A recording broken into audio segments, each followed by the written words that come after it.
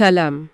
ዛሬ ይዘን የቀረብነው ርዕስ እውነት ለመናገር በጣም ውስብስብ እና ብዙዎቹን የሚያነጋግር ነው። የፍጻሜው ዘመን። በጣም የቀረቡልን ምንጮች ግን ነገሩን የሚመለከቱት እንደ መላመት አይደለም። ይልቁንም ያንዳንዱ ክስተት እንደ ሰንሰለት እንዴት እንደሚቀጣጠል የሚያሳይ ዝርዝር የጊዜ ሰሌዳ ነው የሚያቀርቡት። ልክ ነው። ከትንቢት አፈጻጸምን ባለፈ አንዱ ክስተት ለሌላው እንዴት ምክንያት እንደሚሆን የሚያስረዳ ስነ መለኮታዊ ትንታኔ ነው የምንመለከተው። በጣም ጥሩ። ያው የዛሬው ጥናታችን ዋናው ዓላማም ይሄው ነው። ምንጮቹ የሚያቀርቡት ሐሳብ የፍጻሜው ዘመን ክስተቶች በዘፈቃዴ የሚመጡ አይደሉም። ይልቁንም ጥብቅ የሆነ የምክንያትና ውጤት ግንኙነት አላቸው የሚል ነው።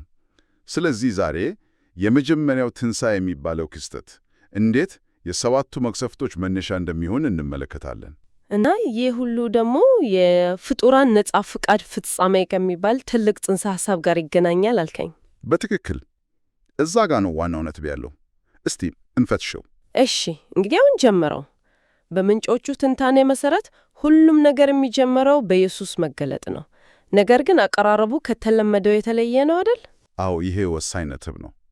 ሰባተኛው መለከት ሲነፋ ኢየሱስ የሚገለጠው በቀጥታ ምድር ላይ አይደለም። ወዴት ነው ታዲያ? በአየር ላይ ነው ይላሉ።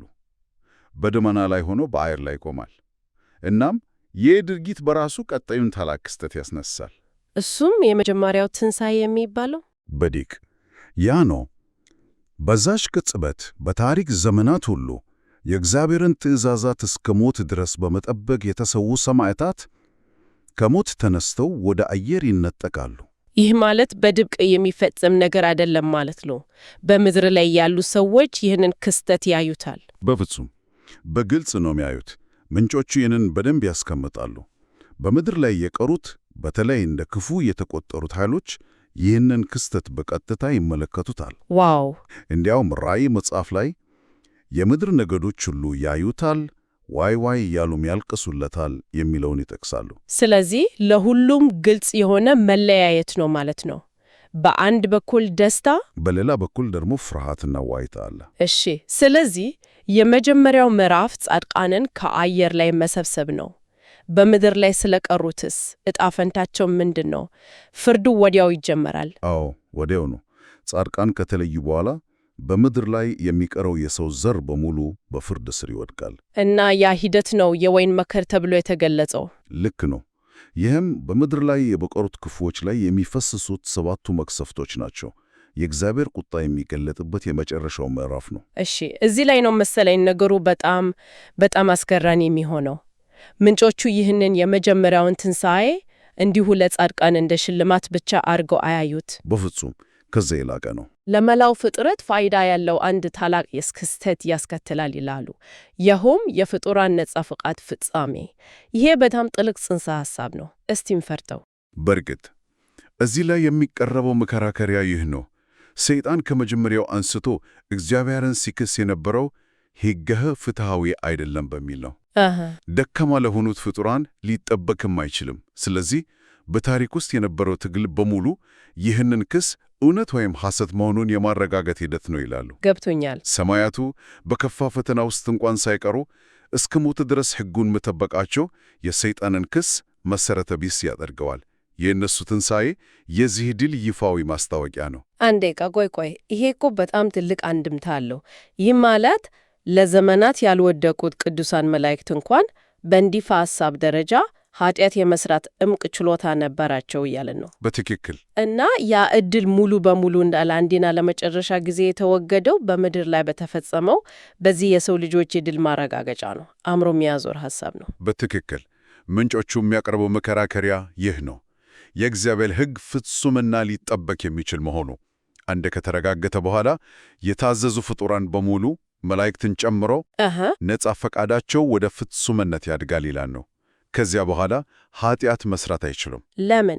ምክንያቱም የኃጢአት አማራጭ ራሱ ከእውነታቸው ይሰረዛል። የክፉና የደጉም ምርጫ ያበቃለታል። ስለዚህ የመጀመሪያው ትንሣኤ ለሰው ልጆች ሽልማት ብቻ ሳይሆን ለመላው ፍጥረት የደህንነት ማረጋገጫ ነው። ዋው! የጠፈር ሕግ ክርክር ማብቂያ ነው ማለት ነው። ስለዚህ የእግዚአብሔር ፍርድ እስከ ዛሬ የዘገየበት ዋነኛ ምክንያት ይህ የሕግ ክርክር እልባት እንዲያገኝ ለመጠበቅ ነበር። ልክ ነህ። አሁን ክርክሩ ካለቀ፣ የሚድኑት ከተለዩ እና የፍጡራንም ነጻ ፍቃድ ከተረጋገጠ ፍርዱን የሚያዘገይ ምንም ነገር የለም። ምንም የለም። የፍጡራን ነጻ ፍቃድ ከተናቀቀ በኋላ እግዚአብሔር ከእንግዲህ ምሕረትና ትዕግስት ማሳየት አያስፈልገውም። ለምን? ምክንያቱም በምድር ላይ የሚቀሩት በራሳቸው ምርጫ ክፋትን የመረጡ ብቻ ናቸው። ስለዚህ 7ቱ መቅሰፍቶች ወዲያውኑ የሚከተሉት ለዚህ ነው። ፍርዱ የዘገየበት ምክንያት ተወግዷል። ስለዚህ ፍርዱ ይመጣ። እሺ፣ አሁን ከዚህ ታላቅ የጠፈር ክስተት ወደ ምድር እንመለስ። በሰማይ ይህ ሁሉ ሲሆን በምድር ላይ ለቀሩት ሰዎች ሁኔታው ምን ይመስላል? ምንጮቹ እንደሚሉት ፍጹም ትርምስ ነው አይደል? ፍጹም ትርምስ ነው። በተለይ ስለ ታላቂቱ ባቢሎን፣ ቀዩ አውሬ እና ስለ አርማጌዶን ጦርነት በስፋት ያወራሉ። እነዚህ እነማን ናቸው? በጊዜ ሰሌዳ ውስጥስ እንዴት ይካተታሉ? እነዚህ ሦስቱ በጣም የተሳሰሩ ናቸው። ምንጮቹ እንደሚተነተኑት ታላቂቱ ባቢሎን ዓለምን በሐሰት ሃይማኖትና በሙስና ያስተሳሰረችውን ዓለም አቀፍ ሥርዓት ትወክላለች። የሃይማኖትና የፖለቲካ ሥርዓት? አዎ። ቀዩ አውሬ ደግሞ ይህንችን ሥርዓት የሚደግፈውና ኃይል የሚሰጣት ቀጥተኛው የፖለቲካና የጦር ኃይል ነው። አርማጌዶንስ? አርማጌዶን ደግሞ የእነዚህ ኃይሎች የመጨረሻ መሰብሰቢያና መደምሰሻ ስፍራ ነው። ቅደም ተከተሉስ እንዴት ነው? ሁሉም በአንድ ጊዜ ነው የሚሆኑት? አይደለም። እዚህም ላይ አንድ አስገራሚ ቅደም ተከተል አለ። 6ኛው የመቅሰፍት ጽዋ ሲፈስ የአውሬው ሰራዊት በአርማጌዶን ይሰበሰባል። ዓላማቸውም እግዚአብሔርን መዋጋት ነው። ነገር ግን ጦርነቱ ከመጀመሩ በፊት 7ኛው ጽዋ ይፈሳል። ይህ ታላቅ የምድር መናወጥ ያስከትላል፣ ከተሞችን ያፈርሳል። እናም ታላቂቱን ባቢሎንን ያዳክማታል። ሙሉ በሙሉ ያዳክማታል። እዚህ ላይ ነው አይደል ያልተጠበቀው ነገር የሚሆነው? በትክክል ባቢሎን ስትዳከምና ሥርዓቷ ሲናጋ እስከዚያች ቀን ድረስ አጋሮቿ የነበሩት ቀዩ አውሬና 10ሩ ቀንዶቹ ያው የፖለቲካ ኃይሎቹ በሷ ላይ ይነሳሉ። በገዛ አጋሮቿ? አዎ። ምንጮቹ እንደሚሉት ይጥሏታል፣ ያራቁቷታል፣ ስጋዋን ይበላሉ፣ በእሳትም ያቃጥሏታል። ቆይ፣ ይህ ማለት ባቢሎን የምትጠፋው በእግዚአብሔር ቀጥተኛ ፍርድ ሳይሆን በገዛው ወዳጆቿ ክህደት ነው? ልክ ነው። ይህም በጣም የሚገርም ዝርዝር። ምንጮቹ ለዚህ ድንገተኛ ክህደት ምክንያት የሚሆነውን ነገር ይጠቅሳሉ። አጋሮቿ ለምን በድንገት ይነሱባታል? አዎ፣ ምክንያቱን ያስቀምጣሉ። ልክ እንደ አንድ የወንጀለኞች ቡድን ነው። ለዝርፊያ ሲተባበሩ አንድ ናቸው፣ ነገር ግን ነገሮች ሲበላሹ እርስ በርስ እንደሚጠፋፉት ማለት ነው። የፖለቲካ ኃይሎቹ ለደረሰባቸው ጥፋት ሁሉ ተጠያቂ የሚያደርጉት ባቢሎንን ነው። በአንቺ ምክር ነው ይህ ሁሉ ጥፋት የመጣብን ብለው ይነሱባታል። ስለዚህ ክፉ ኃይሎች እርስ በርስ እንዲጠፋፉ ይደረጋል ማለት ነው። እርስ በርስ እንዲጠፋፉ። እሺ፣ ስለዚህ ቅደም ተከተሉ ግልጽ የሆነ መጥቷል። መጀመሪያ የክፉ ኃይሎች መሰበሰብ፣ ቀጥሎ በመካከላቸው መከፋፈል እና የባቢሎን ጥፋት በአጋሮቿ እጅ። ከዚያስ የአርማጌዶን ጦርነት መቼ ነው የሚሆነው? የባቢሎን ጥፋት ከተፈጸመ በኋላ ነው።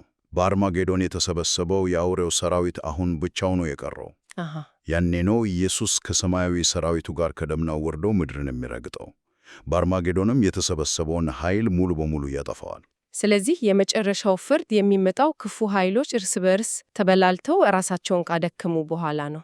በትክክል። በጣም ግልጽ ነው። የአውሬው ኃይል ተደምስሷን፣ ባቢሎን ወድቃለች፣ ምድርም በከፍተኛ ሁኔታ ተጎድታለች።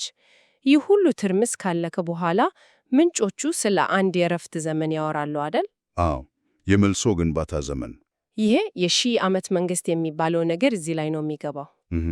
ይህ በሰው ልጅ ታሪክ ውስጥ እንደ 7ኛው ቀን ሰንበት የሚቆጠር የ1000 ዓመት የእረፍት ጊዜ ነው። ሰይጣን በጥልቅ ውስጥ ይታሰራል። ለ1000 ዓመታት ሰዎችን እንዳያስት ይከለክላል። እና ቅዱሳኑስ?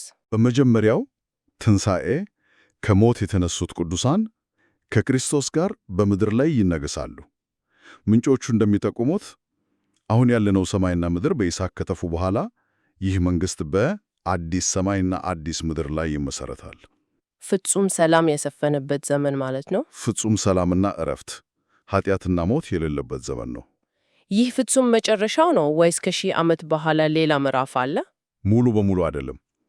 ምንጮቹ እንደሚሉት የ1000 ዓመቱ ፍጻሜ ላይ አንድ የመጨረሻ ፈተና አለ። እሱ ምንን ነው?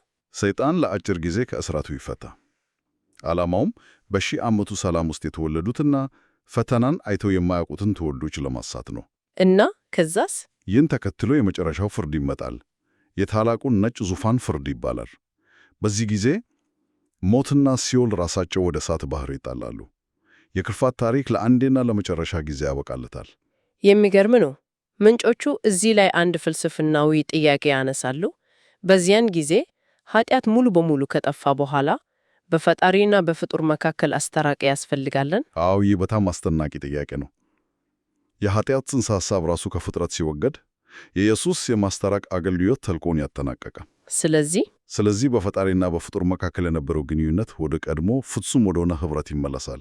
ምንም አይነት መካከለኛ አያስፈልግም የሚል ሐሳብ ይሰነዘራሉ። ፍጥረት ሁሉ እግዚአብሔርን ፊት ለፊት የሚያይበት ዘመን ይመጣል ማለት ነው። እስቲ ያየነውን ጠቅለል እናድርገው። ዛሬ የተመለከትነው የክርስቶስ መገለጥ፣ የጻድቃን ትንሣኤ፣ ይህ ትንሣኤ ያስከተለው የተፈሪ የሕግ ክርክር ፍጻሜ፣ ከዚያም ተከትሎ የመጡት መቅሰፍቶች፣ የባቢሎን ውስጣዊ ውድቀት፣ የአርማጌዶን ፍርድ እና የሺህ ዓመት መንግሥትን ያካተተ እጅግ ዝርዝር የሆነ የፍጻሜውን ዘመን ሰንሰለታዊ ክስተት ነው። እዚህ ላይ በጣም የሚያስደንቀው ነገር የምክንያትና ውጤት ግንኙነቱ ላይ የተሰጠው ትኩረት ነው። የመጀመሪያው ትንሣኤ እንዲሁ ሽልማት ብቻ አይደለም። ከዚያ ይልቅ የመጨረሻውን ፍርድ እንዲቻል የሚያደርግ ስነ ፍጥረታዊና ሕጋዊ ማረጋገጫ ነው። የባቢሎን ውድቀትም እንዲሁ መለኮታዊ ቁጣ ብቻ ሳይሆን የመጨረሻው ምጽአት ከመሆኑ በፊት ክፉ ኃይሎች እርስ በርስ የሚጠፋፈፉበት ውስጣዊ የውድቀት ሂደት ነው። አጠቃላይ ቅደም ተከተሉ እንደ ታሪካዊና ሕጋዊ የማጠቃለያ ሂደት ቀርቧል። የእያንዳንዱ እርምጃ ለሚቀጥለው መንገድ ያዘጋጃል። ልክ ነው። በጣም አስገራሚ ነው። ምንጮቹ ይህንን ሁሉ ታላቅ የፍርድና የጥፋት ክስተት መጨረሻ ላይ በአንድ ውብ ምሳሌ ያስቀምጠውታል። አዎ፣ የሙሽራውና የሙሽራይቱ ምሳሌ። አንድ ሙሽራ ለረጅም ጊዜ በአታላይ ጠላት እጅ ተይዛ የነበረችውን ሙሽራይቱን ለማዳን እንደሚመጣ፣ መጀመሪያም ሙሽራው መጥቶ ሙሽራይቱን ከአደጋው ቀጠና ያስወጣታል። ይህም የመጀመሪያው ትንሣኤ ነው። ከዚያም ወደ ኋላ ተመልሶ ጠላቶቿን ሙሉ በሙሉ ያጠፋል። ይሄ ደግሞ የአርማጌዶን ፍርድ ነው። በመጨረሻም ከሙሽራይቱ ጋር በአዲስ ቤት፣ በአዲስ ምድር አዲስ ሕይወት ይጀምራል። ይህ ደግሞ ለአድማጫችን አንድ ጥያቄ ይዞ ይመጣል። አዎ፣ እነዚህን ሁሉ የፍጻሜ ክስተቶች ከፍርሃትና ከጥፋት ትርክት ወጥተን በአንድ ታላቅ የሰርግ ዝግጅት መነጽር ብንመለከታቸው ሙሽራይቱን የማንጻት፣ ጠላቶችን የማስወገድ እና ለአዲስ ሕይወት ቤት የማዘጋጀት ሂደት አድርገን ብናስባቸው ስለ ዓላማቸውና ስለ መጨረሻው ውጤታቸው ያለን ግንዛቤ እንዴት ሊለውጠው ይችላል?